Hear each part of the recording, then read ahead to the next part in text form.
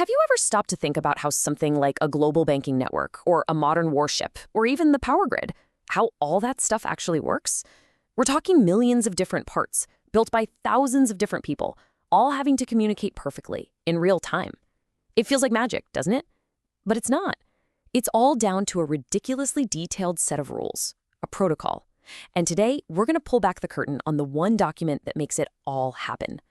Okay, so picture this. You're in charge of building a spaceship. You've got Team A building the navigation system, Team B on the engines, and Team C handling life support. Now, what happens if the navigation computer sends a command that the engine controller just doesn't understand? Well, the stakes are pretty much as high as they can get.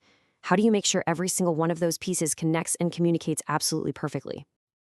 You know, the secret weapon in these massive projects isn't some revolutionary new algorithm.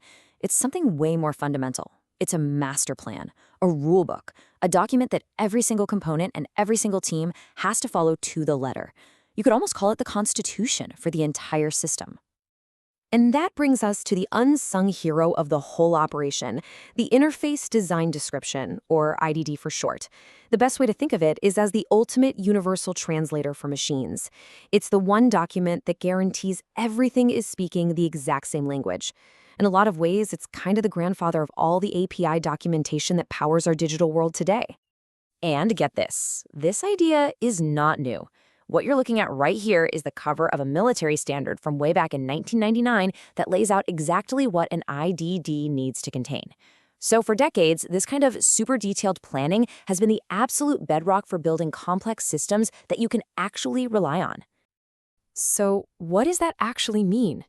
The official definition says it describes the interface characteristics of all the system components. Put simply, if two machines have to talk to each other, the IDD is the document that defines exactly how that conversation is going to go, leaving absolutely nothing, and I mean nothing, to chance. So how does it actually work? Well, think of it like international diplomacy. Before two countries can even start to negotiate a treaty, they have to agree on the precise exact meaning of every single word. The IDRD does the exact same thing, but for machines.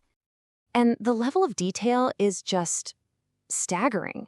This section here is from the actual standard, and it defines every possible characteristic for every little piece of data that's going to be exchanged. The IDD literally starts by building a dictionary. Let's just break that down into simple questions, right? The IDD answers stuff like, what are we going to call this piece of data? Then, a huge one, are we measuring temperature in Celsius or Fahrenheit? I mean, you can imagine the disaster if you get that wrong. How many decimal places do we need? What's the highest and lowest value this thing can possibly be? By defining all of this up front, you just wipe out a massive source of potential screw-ups. Okay, so once the vocabulary is all set, the diplomats, they've got to agree on the rules of the conversation. The grammar, the etiquette, who gets to speak when, how are the sentences put together, and what do you do if you just don't understand something? The IDD establishes these exact rules for machines. It sets the priority, which messages are the most important and get to go first. It defines the message format. How do you assemble all those little data points into a coherent sentence? It creates error checks and recovery plans, which is basically the machine version of saying, sorry, could you repeat that? And of course, it specifies the data rate, making sure nobody's talking too fast or too slow for the other to keep up. Now, here's a crucial point. This document doesn't just exist in a vacuum. As this quote shows, the IDD is designed to be efficient. It's part of a whole ecosystem of planning documents. So instead of repeating the same information over and over, it just references other detailed blueprints. This makes sure the entire plan is complete, consistent, and that nothing contradicts anything else. So what does all this planning, which, let's be honest, sounds a little tedious, what does it get you? Why does this matter so much? Well, it's pretty simple. It's the difference between a system that actually works and one that is basically doomed to fail. It is the blueprint for reliability. I mean, just look at the two approaches side by side. On one side, you've got guesswork. You have teams making assumptions, and that leads to mismatched parts, catastrophic failures, and huge budget overruns. On the other side, you've got the absolute clarity of an IDD.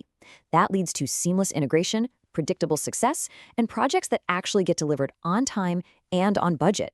The difference is, well, it's everything. At the end of the day, the Interface Design Description is so much more than just bureaucratic paperwork.